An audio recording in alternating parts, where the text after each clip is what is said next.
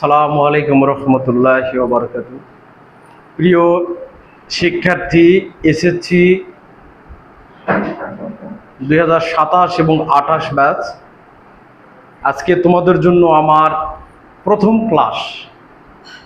এই প্রথম ক্লাসে আজকে আলোচনা করব পদার্থবিজ্ঞানের দ্বিতীয় অধ্যায় গতি।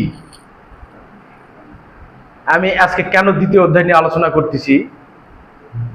পদার্থবিজ্ঞানের দ্বিতীয় এবং তৃতীয় অধ্যায়টা হলো পদার্থবিজ্ঞানের মূল বেসিক। এজন্য আমি 1 নাম্বারটা না শুরু করে 2 নম্বর অধ্যায় গতি থেকে শুরু করছি। গতি এবং বল যদি আমি জানি প্রথমে, তাহলে পদার্থবিজ্ঞান পড়াটা আমার কাছে অনেকটা সহজ হবে। মূলত বেসিক বলতে বল আর গতিকেই বোঝায়। যেহেতু দ্বিতীয় অধ্যায় গতি, আমি দ্বিতীয় অধ্যায় নিয়ে আজকে আলোচনা করব। তোমরা একটু মনোযোগী হবে। আমি প্রথমেই বলছি যে আমি ক্লাসগুলান স্বল্প আকারে তুলে ধরবো তোমাদের কাছে। বেসিক থেকে শুরু করে গাণিতিক অংশ অল্প সময়ে পরিপাটি তোমরা বুঝতে পারবে। আমার ক্লাসে একটু মনোযোগী হতে হবে। আসো ক্লাস শুরু করি। দ্বিতীয় অধ্যায় গতিতে আছে। আচ্ছা, গতিটা কি? গতি মানে কি বুঝি আমি? আমার মাথার উপরে যে ফ্যান ঘুরতেছে, এটা, হ্যাঁ, এটাও গতি। আমার সামনে যে ক্যামেরা, আমি পিছনে, ক্যামেরা থেকে আমি পিছনে, এটা কিন্তু গতি নয়। আবার পদার্থবিজ্ঞানে এটাও হয়। গতি হলো পারিপার্শ্বিকের সাপেক্ষে যদি অবস্থার পরিবর্তন হয়। গতির সংজ্ঞাটা দুই ভাবে দেওয়া যাবে। প্রথমত, গতি হলো পারিপার্শ্বিকের সাপেক্ষে বস্তুর যদি অবস্থার পরিবর্তন হয়, অর্থাৎ বস্তুটা যদি গতিশীল হয়, গতিশীল বস্তুর এই অবস্থাকেই গতি বলা হবে। গতির আর একটা সংজ্ঞা আছে, সেটা আমরা পরে যায় দেখব। আচ্ছা, গতি সময়ের সাপেক্ষে যদি বস্তুর অবস্থার পরিবর্তন হয়, তখন বস্তুটা গতিশীল অবস্থা প্রাপ্ত হয়। গতিশীল অবস্থার এই অবস্থাকে, বস্তুর গতিশীলতার এই অবস্থাকে বলা হবে গতি। আচ্ছা, স্থিতি কি? স্থিতি হলো সময়ের পরিবর্তনের সাপেক্ষে বস্তুর অবস্থার পরিবর্তনে যে বস্তুর যে গতিশীল অবস্থা বিরাজমান না করে, অর্থাৎ সময়ের সাপেক্ষে, পারিপার্শ্বিকের সাপেক্ষে বস্তুর অবস্থার পরিবর্তন না হলে ওই অবস্থাটাকে বলা হবে স্থিতি। কিন্তু আসলে পদার্থবিজ্ঞানে গতি আর স্থিতি এই সূত্রটাকে মানে না। কেন মানে না? আমরা প্র্যাকটিক্যালি আসি। আসলে আমি ক্যামেরার সাপেক্ষে আমি কি গতিশীল না স্থির? হয়তো তোমরা সবাই বলবে যে স্যার আপনি স্থির আছেন, কিন্তু পদার্থবিজ্ঞান এটা মানতেছে না। পদার্থবিজ্ঞান কেন মানতেছে না? পদার্থবিজ্ঞান পরীক্ষণীয় বিষয় বা প্রমাণকেই বেশি গ্রাহ্য করে। কেন? এখানে যদি একটা কোনো বস্তুর সাপেক্ষে যদি আমার অবস্থা যদি বিবেচনা করি, যেমন ক্যামেরাটা, তাহলে ক্যামেরাটা কি? ক্যামেরাটা হলো প্রসঙ্গ কাঠামো। প্রসঙ্গ কাঠামোর সাপেক্ষে যদি আমার অবস্থার পরিবর্তন হয়, তাহলে আমি গতিশীল। এখানে আর যদি ক্যামেরার সাপেক্ষে আমার অবস্থার পরিবর্তন না হয়, আমি স্থিতিশীল। তাহলে বিষয়টা কেমন হলো? আমরা একটু বিষয়টা আরেকটু ক্লিয়ার করতে চাই।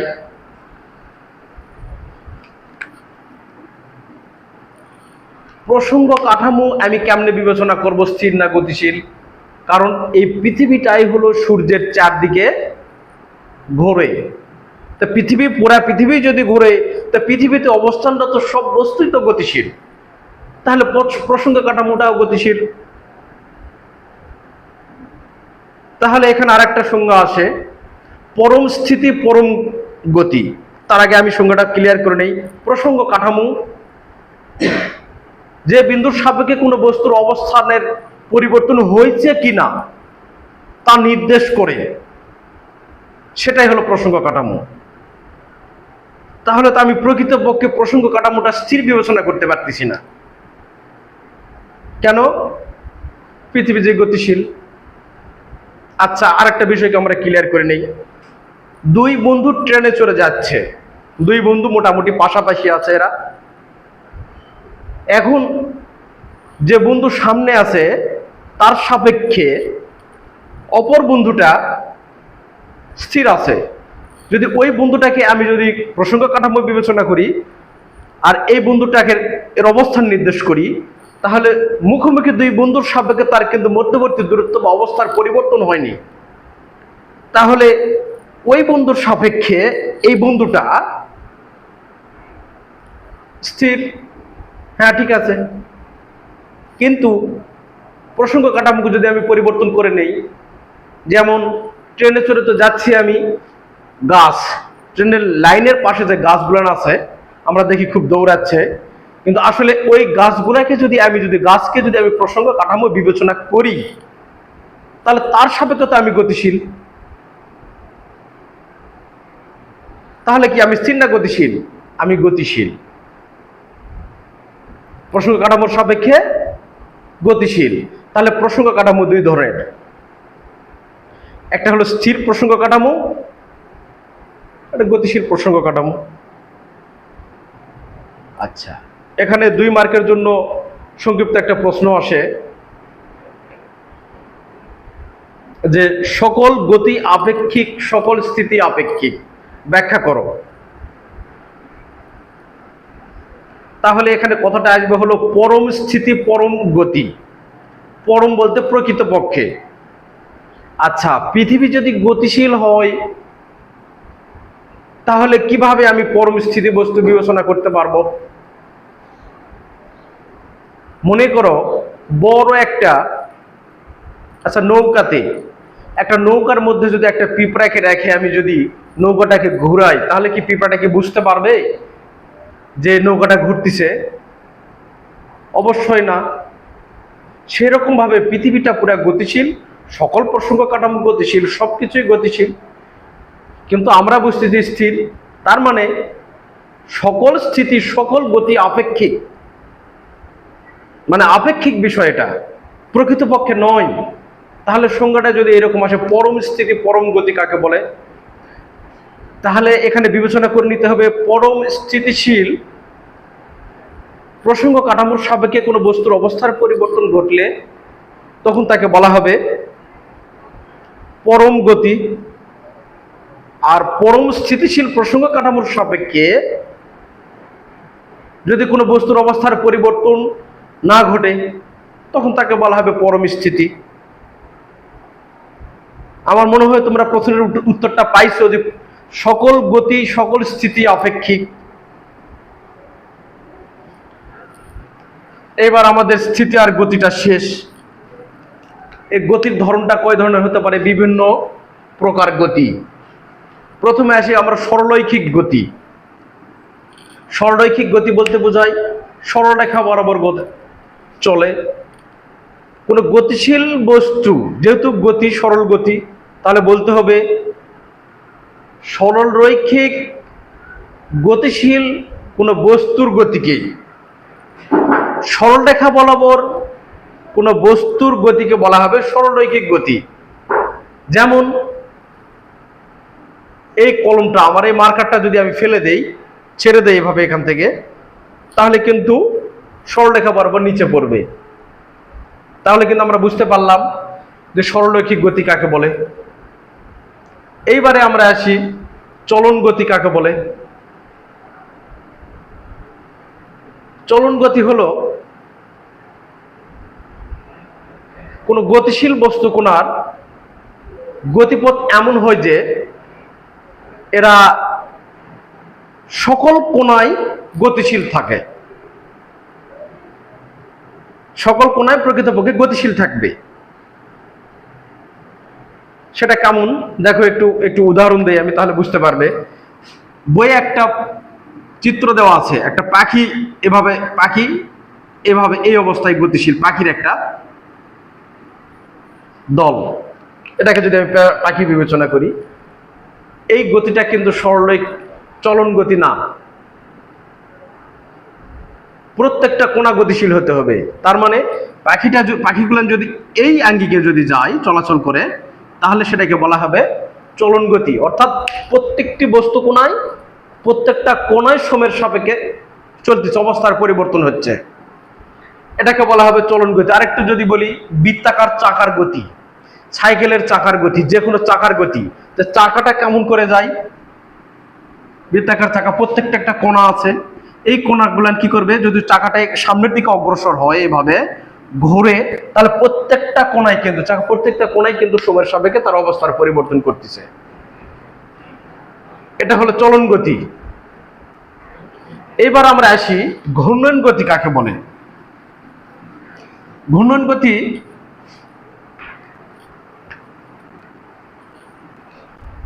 কোনো বিন্দুকে কেন্দ্র করে বা কোনো অক্ষকে কেন্দ্র করে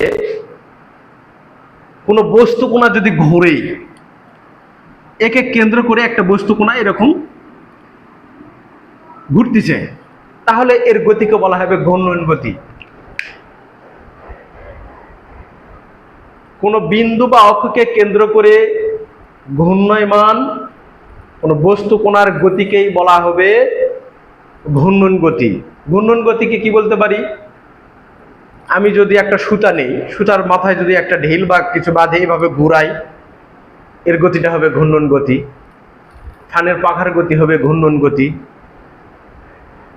সূর্যের চারদিকে পৃথিবীর গতি, সেটাও ঘূর্ণন গতি। কোনো বিন্দু বা অক্ষকে কেন্দ্র করে যদি ঘোরে, আমরা যে বৃত্ত আঁকাই ম্যাথে, গণিতের ক্ষেত্রে, বৃত্তটা যে বিন্দুকে কেন্দ্র করে যখন আমরা ঘোরাই, এর গতিটাও হবে, কম্পাসের পেন্সিল কম্পাসের গতিটাও হবে ঘূর্ণন গতি। আচ্ছা, তারপরে আসি আমি পর্যায়বৃত্ত গতি। পর্যায়বৃত্তর গতির মধ্যে ঘূর্ণন গতি বিদ্যমান আছে। কিভাবে আছে, কোনো ঘূর্ণায়মান গতিসম্পন্ন কোনো কণা, তাহলে এর মধ্যে কিন্তু কেন্দ্রকে, কোনো বিন্দুকে বা অক্ষকে কেন্দ্র করে ঘূর্ণায়মান, এই কথাটা কিন্তু আছে। কেন, পর্যাবৃত্ত গতির মধ্যে আমি বলছি কোনো ঘূর্ণায়মান গতিসম্পন্ন কণা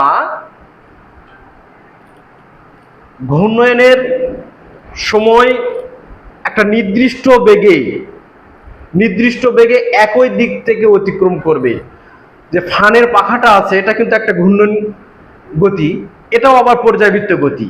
কেমনে, ফ্যানটার পাখা আমাকে নির্দিষ্ট সময় পরপর অতিক্রম করে যাচ্ছে একই দিক থেকে, তাহলে সংজ্ঞাটা ক্লিয়ার করে নেই।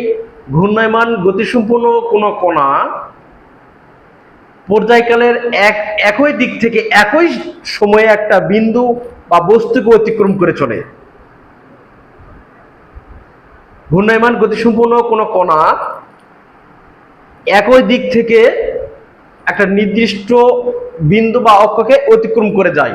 ফ্যানের পাখাটা আমার নির্দিষ্ট সময় পর অতিক্রম করে যাচ্ছে, এটা হলো পর্যায়বৃত্ত গতি। এইবার আমরা আসি, আচ্ছা, পর্যায়বৃত্ত গতির উদাহরণ হলো ফ্যানের পাখার গতি, তারপরে সূর্যের চারদিকে পৃথিবীর গতি, এগুলা হলো পর্যাবৃত্ত গতির উদাহরণ। তার মানে পর্যাবৃত্ত গতির মধ্যে ঘূর্ণন গতি বিদ্যমান আছে। এবার আবার দেখব স্পন্দন গতি। স্পন্দন গতিটা কি, পর্যায়বৃত্ত গতিসম্পন্ন কোনো কণা, তাহলে পর্যাবৃত্ত গতিসম্পন্ন কণা, তার মানে এর মধ্যে ঘূর্ণন গতি বিদ্যমান, পর্যাবৃত্ত গতি বিদ্যমান, তারপরে আসলে স্পন্দন গতি। তিনটা গতির সংমিশ্রণে কিন্তু স্পন্দন গতি। তাই স্পন্দন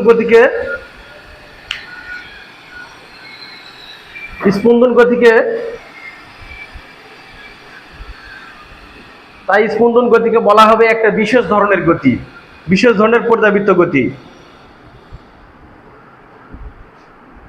বিশেষ ধরনের পর্যাবৃত্ত গতির নাম হলো স্পন্দন গতি। তাহলে স্পন্দন গতির সংজ্ঞায় আসি, যদি কোনো পর্যাবৃত্ত গতিসম্পন্ন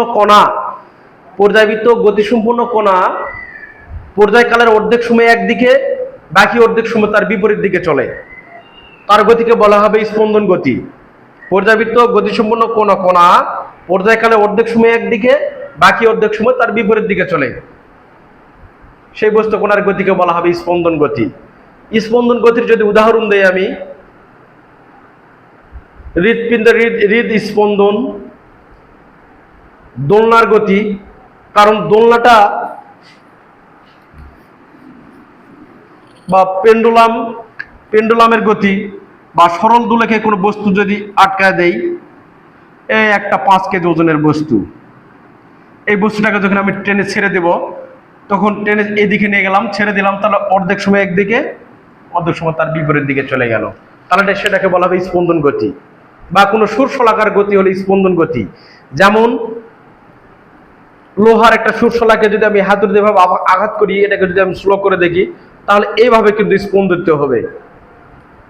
এই জন্য সুরশলাকার গতি স্পন্দন গতি, দোলনার গতি স্পন্দন গতি, হৃদ স্পন্দনের গতি, ইঞ্জিনের পিস্টনের গতি ইত্যাদি হলো স্পন্দন গতি। গতির মোটামুটি আমরা গতি সম্পর্কে জানলাম। এবার আসি আমরা রাশি। ভৌত জগতে যা কিছু পরিমাপ করা যায় সেটাই হলো রাশি। যা কিছু পরিমাপ করা যায় বলতে, প্রথম অধ্যায়ে আমরা পড়ছি মৌলিক রাশি হলো 7টা। মৌলিক রাশি 7টা। দৈর্ঘ্যের একক মিটার, সময়ের একক সেকেন্ড, তড়িৎ প্রবাহের একক অ্যাম্পিয়ার, দ্বিগুণ তীব্রতার একক ক্যান্ডেলা, পদার্থ পরিমাপের একক মোল, আর ভরের ওজন কিলোগ্রাম বা কেজি। তাহলে আমি কিন্তু 1 লিটার পানি, 1 লিটার তেল, 1 কেজি ডাল, এগুলা সব কিন্তু রাশি। ভৌত জগতে যা কিছু পরিমাপ করা যায় তাদেরকে বলা হবে রাশি। রাশি 2 প্রকার। দিকের উপর বিবেচনা করে রাশি 2 প্রকার। একটা হলো স্কেলার রাশি, আর একটা ভেক্টর রাশি। স্কেলার রাশি বা অদিক রাশি, স্কেলার রাশির দিক নাই, আর ভেক্টর রাশির দিক আছে। তাহলে স্কেলার রাশি বা অদিক রাশি, যে সকল রাশিকে সম্পূর্ণরূপে প্রকাশ করার জন্য শুধু মানের প্রয়োজন হয়, দিক নির্দেশনের প্রয়োজন হয় না, তাদেরকে বলা হবে স্কেলার রাশি। স্কেলার রাশি উদাহরণ দেই, ভর, দৈর্ঘ্য, সময়, তাপমাত্রা ইত্যাদি। ভরের কোনো দিক নাই, দৈর্ঘ্যের কোনো দিক নাই, সময়ের নাই, তাপমাত্রার নাই, এগুলা হলো অদিক রাশি। আর ভেক্টর রাশি বা দিক রাশি, যে সকল রাশিকে সম্পূর্ণরূপে প্রকাশ করার জন্য মান এবং দিক উভয়ের প্রয়োজন হয়, মান এবং দিক উভয়ের প্রয়োজন হয়, তাদেরকে বলা হবে ভেক্টর রাশি বা দিক রাশি। এটাকে যদি উদাহরণ দেই আমি, যেমন বল, ত্বরণ,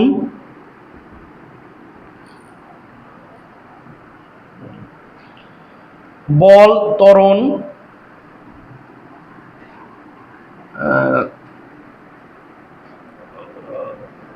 তোমার ইত্যাদি, আরো যাদের দিক বিদ্যমান আছে আর কি। আচ্ছা, এখন ভেক্টর রাশির আর স্কেলার রাশির মধ্যে পার্থক্য আছে। ভেক্টর রাশি আর স্কেলার রাশির মধ্যে পার্থক্য আমরা দেখি। এটা একটা গুরুত্বপূর্ণ প্রশ্ন, 2 নম্বর প্রশ্নের জন্য খুবই গুরুত্বপূর্ণ।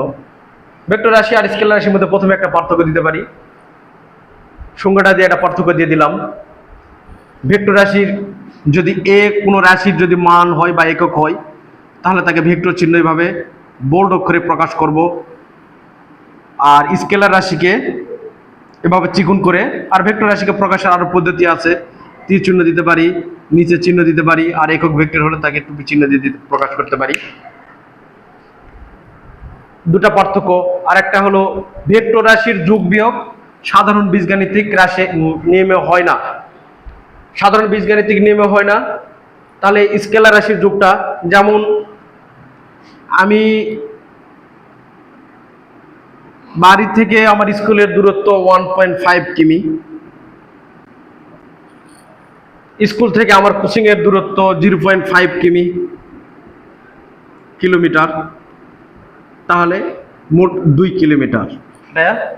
স্কেলার রাশি আমি যোগ করে ফেললাম। কিন্তু ভেক্টর রাশি যদি প্রকাশ করতে চাই মানটা কিভাবে দেখো, এটা বাড়ি থেকে স্কুলের দূরত্ব 1.5 কিমি, সেখান থেকে কোচিংয়ের দূরত্ব 0.5 কিমি। তাহলে মূল দূরত্বটা কোথায়? এটা। তাহলে মোট এখানে কিন্তু আমি বলতে পারবো না যে 2 কিলোমিটার এখানে হবে 2 কিলোমিটার, কেন এখানে মানটা তোমার জিরো থেকে না 1.5 মাইনাস 0.5 ইকুয়াল, তাহলে 1 থেকে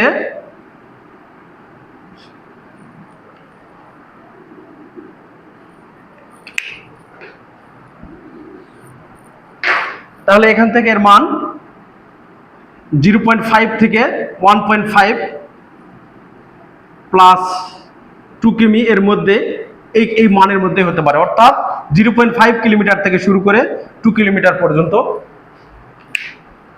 2 কিলোমিটার পর্যন্ত হতে পারে। কোনটা হবে সঠিকভাবে বলা যায় না, এই জন্য বলা আছে যে ভেক্টর রাশির যোগ বিয়োগ সাধারণ বীজগাণিতিক নিয়মে হয় না। আচ্ছা, তারপরে দেখি আমরা মাত্রা ভৌত রাশিতে উপস্থিত মৌলিক রাশিগুলোর সূচকের রাশিটির মাত্রা বলে। ভৌত রাশিতে উপস্থিত মৌলিক রাশিগুলোর সূচকের রাশিটির মাত্রা বলে। মাত্রা অনলি তিনটা, সেটা আমি লিখে নেই উপরে। দৈর্ঘ্য, সরণ, দূরত্ব, এগুলোর মাত্রা হলো এল। সময়ের মাত্রা টি, ভরের মাত্রা এম। এই তিনটা মাত্রা দিয়ে আমি সকল মাত্রাকে প্রকাশ করতে পারি, সকল কিছুর। এটা হলো মৌলিক, আর এখান থেকে যৌগিক রাশিগুলোর মাত্রা নির্ণয় করতে পারবো। আমরা পরবর্তীতে এখানে করবো যে বেগ, ত্বরণ, এগুলোর মাত্রা আমরা পরবর্তীতে বের করব। তাহলে মাত্রা কাকে বলে? ভৌত রাশিতে উপস্থিত মৌলিক রাশিগুলোর সূচকের রাশিটির মাত্রা বলে। মাত্রা হলো তিনটা, দৈর্ঘ্য, সরণ অথবা দূরত্বের একক হলো মাত্রা একক এল। মাত্রাও একটা একক। সময় টি, ভর এম, সব ক্যাপিটাল অক্ষরে লিখতে হবে মাত্রাকে, সর্বদা ক্যাপিটাল অক্ষরে লিখতে হবে।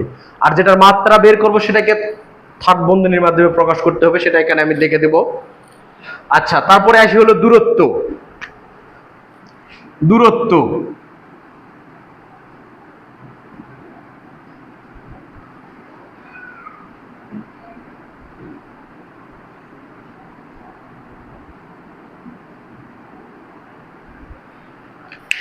কাকে বলে? কোন বস্তুর আদি এবং কোন বস্তুর মোট অতিক্রান্ত পথকে তার দূরত্ব বলা হবে। কোন বস্তুর মোট অতিক্রান্ত পথকে তার দূরত্ব বলা হবে। তাহলে এখানে দেখি দূরত্ব, এখান থেকে আমি আসছি 1 কিলোমিটার, এখান থেকে 0.75 কিলোমিটার। তাহলে আমার মোট দূরত্ব কত আসবে? দূরত্ব 1 কিমি প্লাস 0.75 কিমি, তাহলে 1.75 কিলোমিটার। কিন্তু এখানে যদি আমি বলি সরণ, দূরত্ব আর সরণের মধ্যে পার্থক্য হলো দূরত্ব স্কেলার রাশি আর সরণ হলো ভেক্টর রাশি। তাহলে সরণটাকে কিভাবে প্রকাশ করব আমি? এটা হলো সরণ।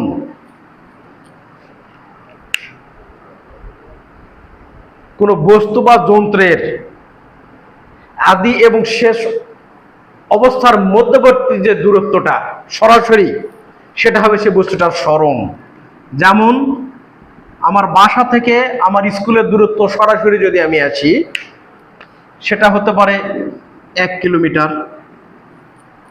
তাহলে এটা যেহেতু সরলরৈখিক, সরলরেখা বরাবর, তাহলে এটা নিশ্চয়ই সরণটা হলো ভেক্টর রাশি। সরণ ভেক্টর রাশি।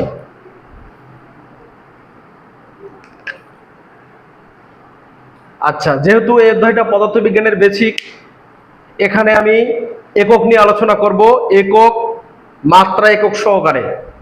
কারণ প্রথম অধ্যায়ে আমাদের যে মাত্রার পরিপূর্ণ ব্যবহারটা নাই। প্রথম অধ্যায়ে দেওয়া আছে ক্ষমতার মাত্রাতে আমি যদি মাত্রা যদি সঠিক না বুঝি, আমি যদি স্মরণ দূরত্ব ত্বরণ না বুঝি, তাহলে কিন্তু একবারে ক্ষমতার মাত্রা বের করা কষ্ট হয়ে যাবে।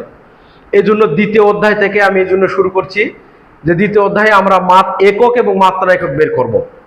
তাহলে আমরা বুঝে নিলাম কোনো বস্তু বা যন্ত্রের মোট যে পথ অতিক্রম করবে সেটা হলো তার দূরত্ব, আর কোনো বস্তু বা যন্ত্রের আদি এবং শেষ অবস্থার মধ্যবর্তী যে পথটা, সরলরৈখিক পথটা, সেটা হবে সরণ। সরণ ভেক্টর রাশি, দূরত্ব স্কেলার রাশি, সেটা আমরা চিত্রেও তো দেখতে পাচ্ছি। তাহলে দূরত্ব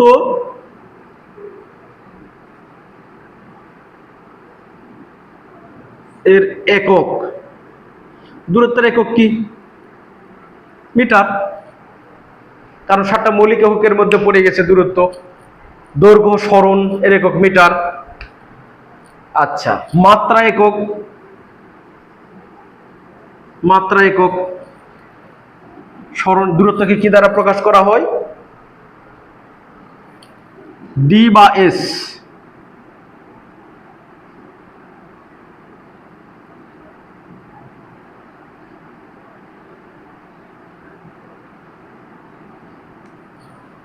এস দিয়ে প্রকাশ করি, ডি।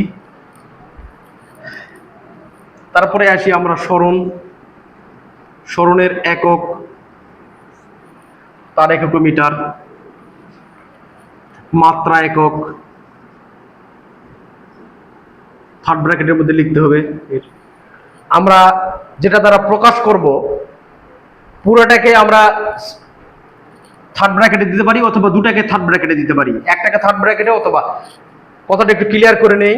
যেহেতু সরণ বা দূরত্ব এর একক হলো এস ইকুয়াল মাত্রার একক এল, তাহলে এল কে আমরা থার্ড ব্র্যাকেটে লিখতে পারি, অথবা এস কে থার্ড ব্র্যাকেটে লিখতে পারি। বর্তমানে এস এবং এল দুটাকে থার্ড ব্র্যাকেটে লেখা হচ্ছে, এটাও করতে পারি আমি, এস এল।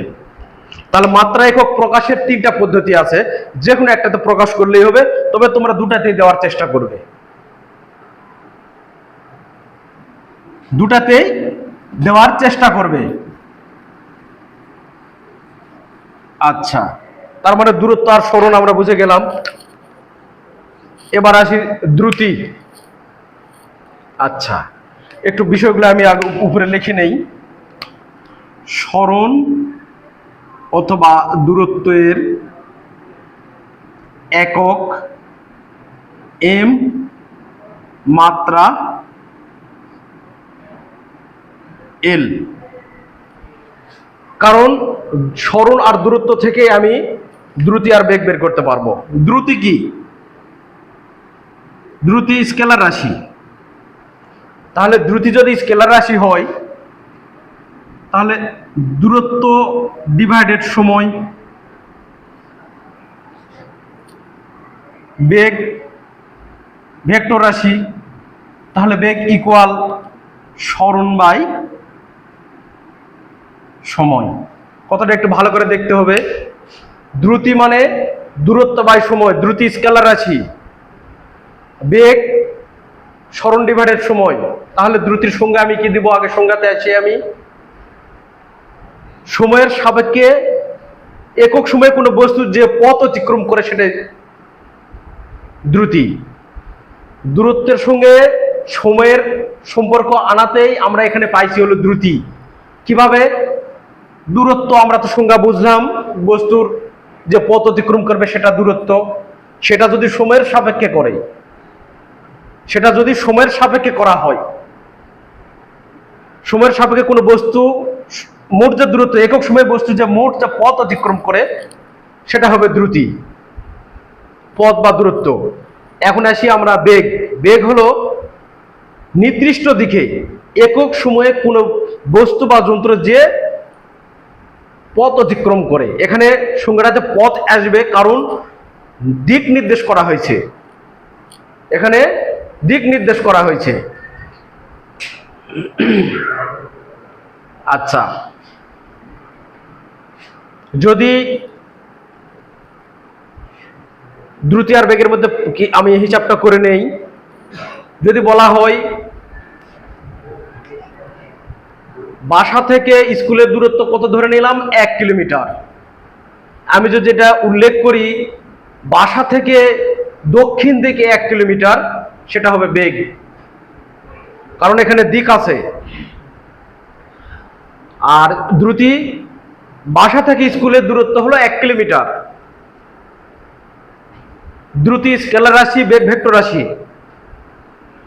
বাসা থেকে কত ধরে আবার ক্লিয়ার করে নাও, বাসা থেকে স্কুলের দূরত্ব যদি দক্ষিণ দিকে 1 কিলোমিটার হয় সেটা হবে বেগ, কারণ নির্দিষ্ট সময়ে নির্দিষ্ট দিকে একক সময়ে কোনো বস্তু যে দূরত্ব বা পথ অতিক্রম করে।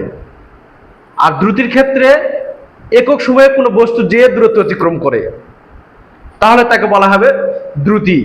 আমরা দ্রুতি এবং বেগের একক, সরণ আর দূরত্ব থেকে নিয়ে আসব। কিভাবে দেখো,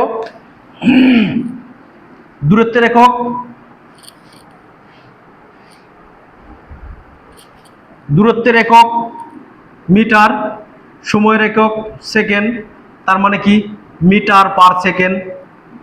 এখানে আসি বেগ, দূরত্বের একক মিটার, সময়ের একক সেকেন্ড, তাহলে মিটার পার সেকেন্ড।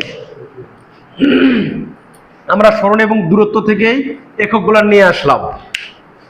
এখন যদি মাত্রা বের করি, মাত্রাও আমরা বের করতে পারবো। কিভাবে, দূরত্ব, তাহলে দূরত্বের একক কি, মাত্রা একক এল, সময়ের একক টি, এল টি ইনভার্স। বেগের ক্ষেত্রে এল টি ইনভার্স। তাহলে দ্রুতি আর বেগের মাত্রা এবং একক বের করতে পারলাম। আমি যদি দ্রুতি আর বেগের মাত্রা আর একক জানি, আমি সকল মাত্রা বের করতে পারবো, সকল যৌগিক রাশির মাত্রা বের করতে পারবো। এখন দ্রুতি বেগ শেষ, এবার আসি আমি ত্বরণে। ত্বরণ কাকে বলে, সময়ের সাপেক্ষে কোনো বস্তুর বেগের পরিবর্তনের হারকে, সময়ের সাপেক্ষে কোনো বস্তুর বেগের পরিবর্তনের হারকে ত্বরণ। তাহলে বেগের পরিবর্তন মানে বেগের পরিবর্তন ডিভাইডেড সময়। আবার যদি বলি বেগের পরিবর্তন, তার মানে শেষ বেগ মাইনাস আদি বেগ ডিভাইডেড সময়। তাহলে সময়ের সাপেক্ষে বেগের পরিবর্তনের হারকে ত্বরণ বলা হয়, বা একক সময়ে বেগের পরিবর্তনের হারকে ত্বরণ বলা হবে। এখন ত্বরণের মাত্রা যদি আমি বের করতে চাই, তাহলে বেগের পরিবর্তন বা বেগের মাত্রা দিয়ে বের করতে পারবো। তাহলে বেগের মাত্রাটা কি ছিল, বা দ্রুতির মাত্রা কি ছিল, এল টি ইনভার্স, আর এখানে সময়ের একক মাত্রা একক টি, তাহলে এল টি ইনভার্স 2। দেখো আমরা কিভাবে সরণ দূরত্ব থেকে দ্রুতি বেগ থেকে ত্বরণের মাত্রা বের করলাম। আচ্ছা, ত্বরণ, এখানে আরেকটা সংজ্ঞা আছে, ত্বরণ আর মন্দন। মন্দন হলো যদি ব্রেক করি, আমি ব্রেক করার কারণে বস্তুটার শেষ বেগটা কমে যায়, অল্প হয়, তাহলে তাকে বলা হবে ত্বরণ। ঋণাত্মক ত্বরণকেই মন্দন বলা হবে। তাহলে মন্দনের সংজ্ঞা যদি আমি দিতে যাই, তাহলে বলতে হবে, প্রথমে ত্বরণের সংজ্ঞা দিব আমি, বেগের পরিবর্তনের হারকেই ত্বরণ বলে, সময়ের সাপেক্ষে বেগের পরিবর্তনের হারকে ত্বরণ বলে, আর ঋণাত্মক ত্বরণকে মন্দন বলে। এখানে বস্তুটা এরকম হতে পারে, আদিবেগ বস্তুটার ছিল 60 মিটার পার সেকেন্ড, ব্রেক কষে কমানো হয়েছে 20 মিটার পার সেকেন্ড। তাহলে এখানে যদি কত সেকেন্ডে, এটা ধরে নিলাম হলো 10 সেকেন্ডে, 60 থেকে 20-এ আসছে, তাহলে এখানে সরি আদি বেগ শেষ বেগ মাইনাস আদি বেগ ডিভাইডেড সময়, তাহলে 40 10 -4 মিটার পার সেকেন্ড স্কয়ার। এটা ঋণাত্মক বের হবে। এখন এখানে ত্বরণের ক্ষেত্রে আরেকটা সংজ্ঞা আছে, বেগের ক্ষেত্রে আরেকটা সংজ্ঞা আছে, যে সমবেগ, সুষম বেগ, ত্বরণ, সুষম ত্বরণ। আসলে যদি কোনো গাড়ি বা কোনো ব্যক্তি বা কোনো যন্ত্র সময়ের সাপেক্ষে কোনো বেগের পরিবর্তন হয়নি, যখন আমরা বাইক চালাই, বাইক 40 কিলোমিটার পার আওয়ার বেগে আছে, আমি যাচ্ছি খোলা রাস্তা ফাঁকা রাস্তা আমি যাচ্ছি একই বেগে, সেটাকে বলা হবে সমবেগ। আর সুষম বেগ সময়ের সাপেক্ষে বেগ যদি বৃদ্ধি পায়, সেটা কেমন? প্রত্যেক 5 সেকেন্ড পরপর যদি আমি বেগটা আমার কাউন্ট করি, আমি প্রথমে ছিল 40 মিটার পার সেকেন্ড, পরবর্তী 5 সেকেন্ড পর 45 মিটার পার সেকেন্ড, আরও 5 সেকেন্ড পর 50 মিটার পার সেকেন্ড, এভাবে সময়ের সাপেক্ষে যদি বেগ বৃদ্ধি পায় তাকে বলা হবে সুষম বেগ। আর সমবেগ বলে একই বেগে চলবে। আর এখানে আছে ত্বরণ। সমত্বরণ বলে কোনো কথা নাই, ত্বরণ আছে সুষম ত্বরণ। সুষম ত্বরণ, সুষম ত্বরণ সময়ের সাপেক্ষে ত্বরণটা বৃদ্ধি পাচ্ছে, বেগ বৃদ্ধি পাওয়ার সঙ্গে সঙ্গে ত্বরণটা বৃদ্ধি পাচ্ছে, এটাকে বলা হবে সুষম ত্বরণ। আসলে বেগের পরিবর্তনের কারণে বস্তুটা ত্বরণ যেটা আসতেছে সেটাকে বলে সুষম ত্বরণ। আর সমবেগ আর অসমবেগ তো আমরা বুঝি, সমবেগ যদি সমবেগে চলে, আর অসমবেগ কখনো জোরে যাচ্ছি, কখনো ব্রেক করতেছি, কখনো আবার জোরে যাচ্ছি কোনো গাড়ি নেই, সেটাকে বলা হবে কি? অসমবেগ। আমার মনে হয় তোমরা দূরত্ব, সরণ, দ্রুতি, বেগ, ত্বরণ বুঝতে পারছো। কারণ যদি এই কটা জিনিস তুমি না বুঝো, এগুলা হলো মোটামুটি মৌলিক রাশি দুটা, তারপরে দ্রুতি, বেগ, এগুলা যৌগিক রাশি। পদার্থবিজ্ঞানের বেসিক দূরত্ব, সরণ, দ্রুতি, বেগ, ত্বরণ, এগুলা বেসিক বলা হয় এগুলাকে। তারপরে আসো গতির সমীকরণ। গতির সমীকরণ, গতির সমীকরণ মোটামুটি চারটা গতির সমীকরণ। প্রথম সূত্র হলো ভি ইকুয়াল ইউ প্লাস এটি। দ্বিতীয় সূত্র এস সমান u plus v divided 2 into t. তৃতীয় সূত্র এস সমান ইউটি প্লাস হাফে টি স্কোয়ার। 4 নম্বর সূত্র ভি স্কোয়ার সমান ইউ স্কোয়ার প্লাস 2as। এখন দেখো গতির সমীকরণগুলোর নাম কিভাবে করা হয়। এটা খুব একটা সাধারণ একটা হিসাব। আমরা সব সময় আদি বেগকে কাউন্ট করব না, তাহলে বলা যাচ্ছে এই সম্পর্কটা কার সাথে সম্পর্ক? শেষ বেগ, ত্বরণ, গতিকালের সম্পর্ক। অতিক্রান্ত দূরত্ব, শেষ বেগ, গতিকালের সম্পর্ক, এটাকে বলা হবে অতিক্রান্ত দূরত্ব, সময়, ত্বরণ সম্পর্ক। এটাকে বলা হবে শেষ বেগ, ত্বরণ, অতিক্রান্ত দূরত্বের সম্পর্ক। এই সূত্রটাকে বলা হবে শেষ বেগ, ত্বরণ আর সরণের সূত্র। এখন আমরা প্রমাণ করব ভি সমান ইউ প্লাস এটি কিভাবে আসে। মনে করি এটা যেহেতু প্রশ্নগুলো পরীক্ষায় আসে না, আমি একটু শর্টকাট এটা করতে চাচ্ছি জাস্ট বোঝানোর জন্য কোনটা কি। এখানে ইউ সমান আদি বেগ, যা নির্দেশ করে ভি সমান শেষ বেগ, এ সমান ত্বরণ, টি সময় এস দূরত্ব অথবা সরণ বা অতিক্রান্ত দূরত্ব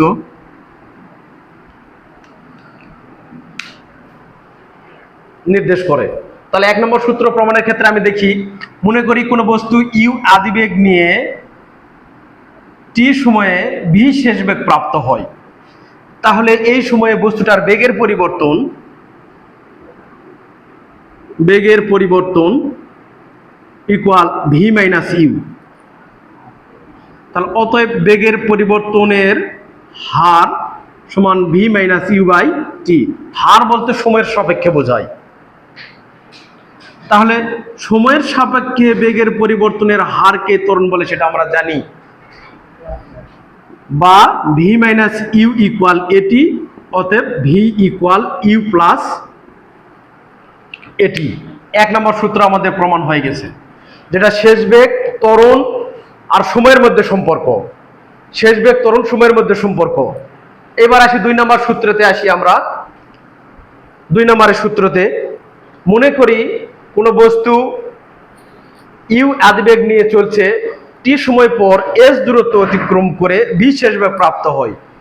এ অবস্থায় বস্তুটার গড় বেগ v dash equal you plus v divided 2। আর বস্তুর মোট অতিক্রান্ত পথকে যদি সময় দ্বারা ভাগ করি, অর্থাৎ এস বাই টি, সেটাকেও বলা হবে গড় বেগ। এটা দুটো বেগ আছে, আদি বেগ, শেষ বেগ, দুইটা ভাগ করে দিলাম, তাহলে গড় কোথায় গেছে সেটা আমরা বের করতে পারবো। এবার দেখি মোট অতিক্রান্ত পথ ডিভাইডেড সময়, তাহলে আমাদের গড় বেগ বের হয়ে গেল। তাহলে আমি লিখতে পারি s equal you plus v divided 2 into t. তাহলে অতএব s equal you plus v divided 2 into t. 2 number সূত্র আমাদের প্রমাণ হয়ে গেছে, সরণ বা দূরত্ব, শেষ বেগ এবং সময়ের সম্পর্ক। 3 নম্বর সূত্রে আমি আসি।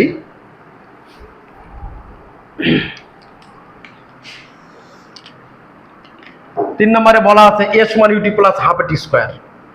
তাহলে আমি কিন্তু বের করে নিছি V equal you plus a t, আর s equal you plus v divided 2 into t. S এখানে ঠিক থাক। শেষ বেগের মানটা আমি যদি বসায় দেই প্রমাণ করার পর, s equal you plus v এর মানটা বসায় দিলাম u plus a t divided 2 into টি।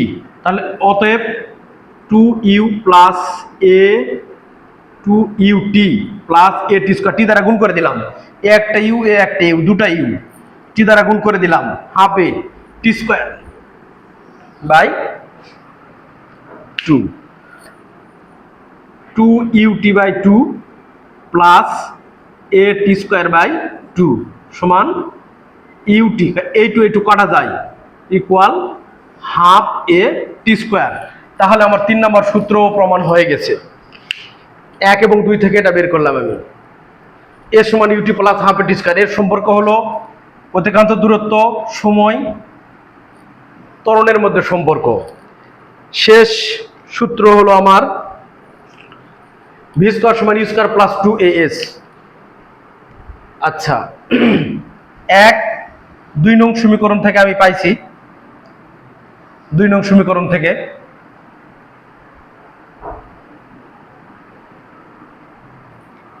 টি এর মানটা বের করবে এখানে 1 নং সমীকরণ থেকে। মনে করি কোনো বস্তু আদিবেগে টি সময় শেষ বেগ পরিবর্তনে, তখন ত্বরণের সংজ্ঞা পেলাম। ত্বরণের সংজ্ঞা থেকে কি বের করতে পারবো? T equal v minus u divided a.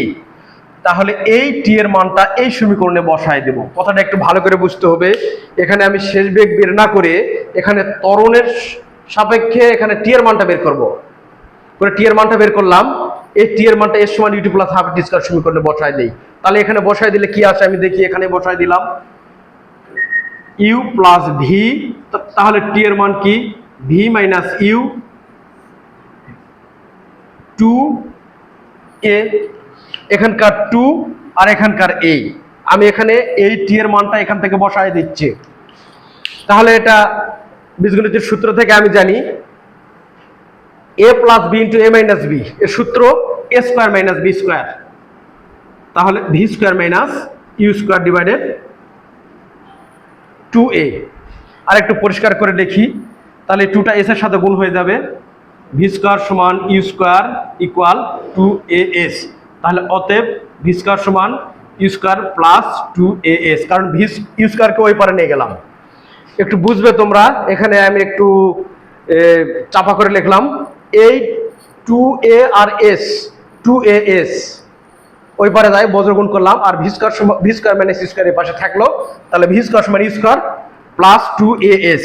তাহলে এই সম্পর্কটা আমার 4 নাম্বার সম্পর্কটা আমার হয়ে গেল, ভি স্কোয়ার সমান ইউ স্কোয়ার প্লাস 2as। 4টা সম্পর্ক আমাদের হয়ে গেছে, বের করা হয়ে গেছে, প্রমাণ করা হয়ে গেছে, প্রতিপাদন করা। এখন দেখো, এখন আমি লাস্ট পয়েন্টে চলে আসলাম। লাস্ট পয়েন্টটা হলো পরন্ত বস্তুর সূত্রাবলী।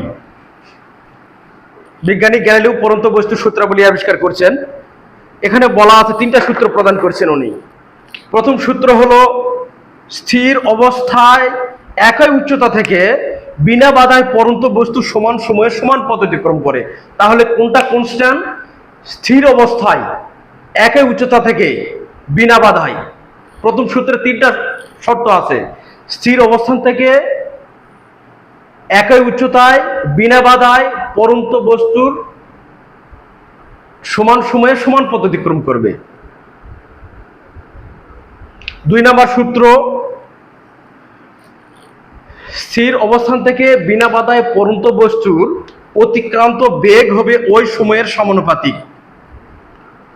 স্থির অবস্থান থেকে বিনা বাধায় পরন্ত বস্তুর প্রাপ্ত বেগ হবে ওই সময়ের সমানুপাতিক। 3 নম্বর সূত্রে আমি আসি, স্থির অবস্থান থেকে বিনা বাধায় পরন্ত বস্তুর অতিক্রান্ত পথ হবে ওই সময়ের বর্গের সমানুপাতিক।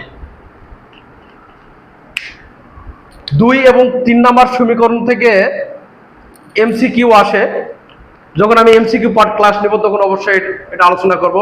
ভি 1 2 3 থেকে এখানে এমসিকিউ ম্যাথ আছে, এমসিকিউ অনেক ম্যাথ আছে এখানে, খুব গুরুত্বপূর্ণ ম্যাথ, মোটামুটি ঐকিক নিয়মের মতো। সেটা আমরা সলিউশন করব যখন এমসিকিউ ক্লাস করব। তো এখন এটা হলো পরন্ত বস্তুর সূত্র। বিজ্ঞানী গ্যালিলিও আবিষ্কার করেছেন পরন্ত বস্তুর সূত্র। তাহলে আমি যে 4টা সূত্র আবিষ্কার প্রতিপাদন করলাম, এই সূত্রগুলো আমি লিখি। ভি সমান ইউ প্লাস এটি 2 নম্বর সূত্র, এস সমান ইউটি প্লাস হাফ এ টি স্কোয়ার। 3 নম্বর সূত্র, ভি স্কোয়ার সমান you square plus 2as। S equal you plus v divided 2 into t, এটা বাদ দিয়ে দিলাম আমি, কারণ এটা পরন্ত বস্তুর সূত্রের ক্ষেত্রে এটা অতটা গ্রহণযোগ্যতা পায় না।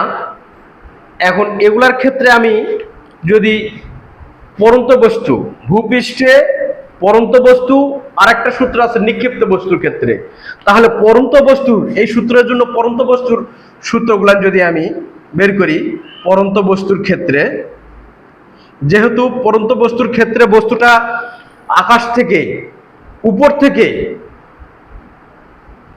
থেকে নিচের দিকে পড়বে ভূপৃষ্ঠে, তখন অভিকর্ষ বলের দিকে কাজ করবে। তার জন্য সূত্রটা হলো 1 নম্বর সূত্র, V equal you plus GT.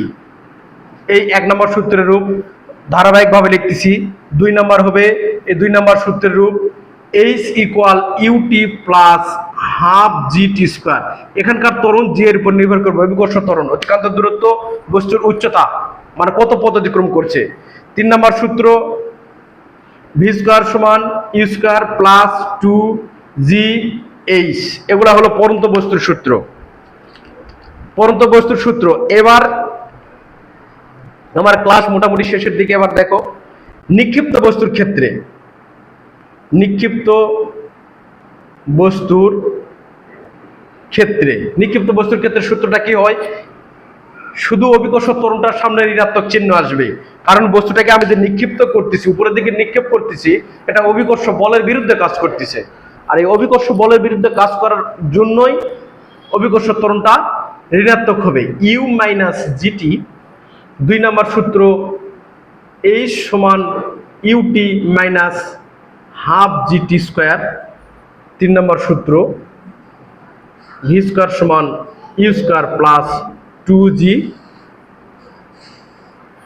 H. পরন্ত বস্তুর নিক্ষিপ্ত বস্তুর ক্ষেত্রে এখন বেসিক ক্লাস মোটামুটি এখানে শেষ। এর মাঝখানে কিছু এমসিকিউ ছিল, যেগুলো আমি বেগ বনার সময় লেগেচিত্র কিছু ছিল, সেগুলো আমি উঠায় ধরিনি, সেগুলো এমসিকিউ ক্লাসে সলভ করব। আর আগামী ক্লাসে গাণিতিক অংশ নিয়ে আলোচনা করব, যেটা না বললেই নয়। পদার্থবিজ্ঞান মূলত ঘ নাম্বারে 2, 3 এবং 4, 10-এর মধ্যে 7 নাম্বার থাকে গাণিতিক অংশে। এই গাণিতিক অংশ নিয়ে আমি আলোচনা করব, যেটা দেখার জন্য অবশ্যই তোমাদের সময় বের করতে হবে, মনোযোগ সহকারে তোমরা দেখবে। আমি মনে করি গাণিতিক অংশেই তোমাদের সবচেয়ে বেশি সমস্যা। বেসিক কোনোভাবে অনেকটা আয়ত্ত করতে পারো, গাণিতিক অংশে আসে শুধু আমরা দেখবো আসলে সূত্রগুলো কাজ করে কিভাবে। বিশেষ করে ক্লাস 9-এর ক্ষেত্রে আমরা বুঝি না ভি সমান ইউ প্লাস এটি কখন কাজে লাগাবো, এস সমান ইউটি প্লাস হাফ এটি স্কয়ার কখন কাজে লাগাবো, ভি স্কয়ার সমান ইউ স্কয়ার প্লাস 2s কখন কাজে লাগাবো। আমি তোমাদের আগামী ক্লাস অল্পতে একটা ক্লাস করাবো, এখানে তোমরা অঙ্ক দেখলেই বুঝতে পারবে ভি সমান ইউ প্লাস এটি কোথায় লাগে, এস সমান UT plus half D square কোন কাজে লাগে, ভি স্কয়ার সমান ইউ স্কয়ার প্লাস 2s লাগে, এই সূত্র কাজে লাগে। আমি অঙ্কটা পড়েই বুঝতে পারবো, আমি শুধু ক্ষেত্র বলে দিব, জাস্ট 2-3টা কথা মনে রাখলেই তোমাদের কাছে পদার্থবিজ্ঞানের 2য় অধ্যায়ের ম্যাথমেটিক অতি সহজ মনে হবে। ঠিক আছে, বেসিক ক্লাস আজকের মতো এখানেই শেষ। আগামী ক্লাস ইনশাল্লাহ দেখার আমন্ত্রণ রইল। পদার্থবিজ্ঞান 2য় অধ্যায়ের গাণিতিক অংশ। ঠিক আছে, আল্লাহ হাফেজ।